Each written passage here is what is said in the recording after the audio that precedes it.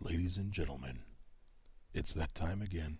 It's time for the J. Craig 5, maybe 10-minute movie review. So you might be wondering why I'm doing a review for a movie from 1954. Well, I had the luxury of seeing John Ford's masterpiece, The Searchers, on a 35mm print at the Redford Theater in Detroit this past week. And I just had to talk about it. If you're not familiar with The Searchers, it stars John Wayne, Natalie Wood, Jeffrey Hunter, and directed by the amazing John Ford. Now, John Ford and John Wayne collaborated on a great number of westerns and war movies over the years, and this one is without a doubt my favorite of that team-up. Now, The Searchers is a simple tale of a man, John Wayne, coming home from the Civil War, and meeting his family for the first time in a long time, his brother, his sister-in-law, and his nieces. And there's some real nice subtlety that you'll notice if you're watching the movie between John Wayne and his sister-in-law. There's a romance that was there that they never got to explore for reasons that they do not announce. But you see in their eyes and in their looks and in their reactions that they had a romance, or there was a budding romance that just never took place. And I love that subtlety if you're watching the movie. Now, it's about him coming home, and then as the men get lured away from the house to go track down the cattle that have been run off, they realize that they have been set up and lured away from the home. And as they rush back, they realize, or they discover, that their home has been burned down and everyone has been killed and the nieces have been kidnapped. That's where the story starts and takes off. And now John Wayne and Jeffrey Hunter, a friend of the family, go out searching for this group of Native Americans who have caused this tragedy to happen upon his family. Another great aspect of this movie is John Wayne's character. We always think of John Wayne as the quintessential cowboy, the guy in the white hat who is going to save the day. He's the good guy, right? Not in this movie. He is a ruthless, bastard, racist, mean son of a gun. And I love the fact that he is atypical in this movie.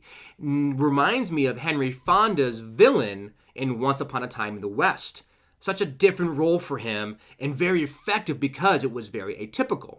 Something that you wouldn't expect from Henry Fonda, and in this case, you would definitely not expect to see John Wayne like this. Now, the real reason I love movies like this is not just because I love westerns, which I do, but it's because I love this connectivity between filmmakers and movies that have stood the test of time. So you have John Ford in his westerns, Sergio Leone in his spaghetti westerns. Those were used as inspiration for Akira Kurosawa's samurai movies. So those samurai were in the embodiment of the American cowboy.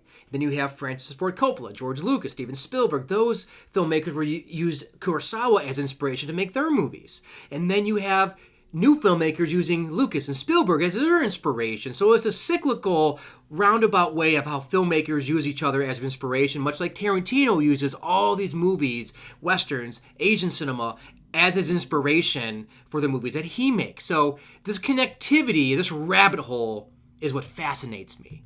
The Searchers is also used in film school. If you ever had a film history class, introduction to film, or a film 101, they typically will show you The Searchers. And what they always talk about is the frame, the use of the frame, the mise en scene, the frame within the frame.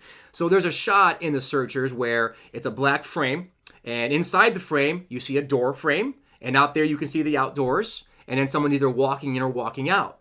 That shot has been used in several movies throughout time, including one recently, Captain America Civil War, that I didn't actually recognize until Bob brought it up to me. So again, it's this use of the frame that is talked about in film school. Not only was George Lucas inspired by Kurosawa, he was also inspired by John Ford. There's a shot in Star Wars where Luke's racing home only to find his family's home is being burnt to the ground. That is a shot-for-shot remake from The Searchers, where John Wayne races home only to find his family's home is being burned to the ground.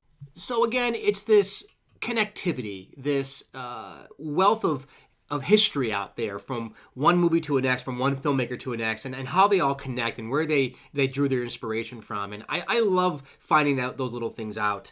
The Searchers is a fantastic movie. Give it a chance. If you haven't seen it, you got to get past the fact that it was made in 54, so it sounds different, it's acted different, but it is a really good story. Bob doesn't like Westerns, my buddy Bob, and I want to educate him on the way of Westerns and show him why I find so much value in them.